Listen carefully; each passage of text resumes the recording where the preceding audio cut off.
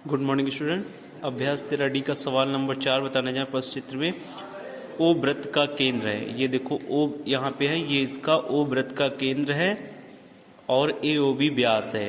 वृत्त पर बिंदु सी और डी इस प्रकार है कि कोण सी ए बी बराबर 30 अंश और कोण ए बी डी बराबर 40 अंश। कोण सी ए डी और कोण सी बी डी के मान ज्ञात कीजिए। तो अब इसको हम हल करें। अर्धवृत्त में बना कोण समकोण होता है, ठीक है।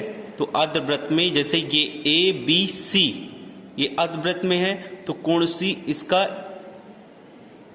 एक कोण 90 अंश का, यानी कोण सी आपका क्या होगा 90 अंश का होगा। इसी तरीके से नीचे का लेंगे तो कोण डी भी आपका 90 अंश होगा। तो ए कोण ए सी बी मतलब सी कोण 90 अंश, कोण ए डी बी तो डी कोण आपका भी 90 अंश होगा। तो दो कोण आपको दिए हैं, कोण सी ए बी तथा कोण ए बी डी, दोनों कोण आपको दिए हैं। तो हम त्रिभुज ए बी सी में, हम त्रिभुज क्या बात करते हैं, त्रिभुज ए बी सी में, तो ए बी सी की बात करते हैं।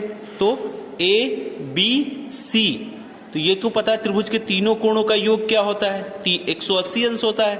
तो 180 अंश, तो कोण ए बी सी, पहले ए कोण ए बी सी प्लस कोण बी ए सी और फिर प्लस कोण ए सी बी। तो बी कोण हमें नहीं ज्ञात है। ए कोण हमको ज्ञात है कि ए कोण हमारा 30 अंश है, सी कोण हमारा 90 है यहां से, ठीक। तो ए का मान जितना है 30, सी का मान जितना दिया हुआ है 90, दोनों को ऐड करेंगे और उस पार ले जाएंगे तो माइनस में हो जाएगा। 9 3 12 120, 120 से 180 से माइनस कर देंगे तो ए बी सी बराबर 180 माइनस 120, तो माइनस किया तो हमारा 60 अंश आ गया। इसी तरीके से त्रिभुज ए डी बी में तो बी ए डी प्लस कोण ए बी डी प्लस फिर कोण ए डी बी। तो बी कोण हमको पता है, यानी कि कोण ए बी कोण हमको पता है कि हमारा ये 40 है और डी कोण हमारा 90 है। इन दोनों को जोड़ा तो कितना हो गया, 9 4 13 130 जब प्लस में है इसको उस पार ले जाएंगे, किस में हो जाएगा माइनस में। तो इस पार कोण बी ए डी बराबर 180 माइनस 130 बराबर 50 अंश, ठीक।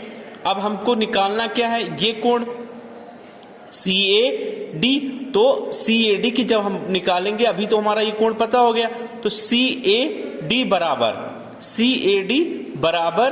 कोण सी ए बी प्लस कोण बी ए डी। कैसे, बी ए डी अभी निकल के आया है, बी ए डी आपका मान 50। उसके बाद बी ए सी आपको पता है 30 अंश है, तो ये हमारा कितने अंश का है 30 और ये 50, दोनों को ऐड करेंगे तो 80, ये पहला मान आपका आ गया। इसी तरीके से कोण सी बी डी बराबर कोण ए बी सी,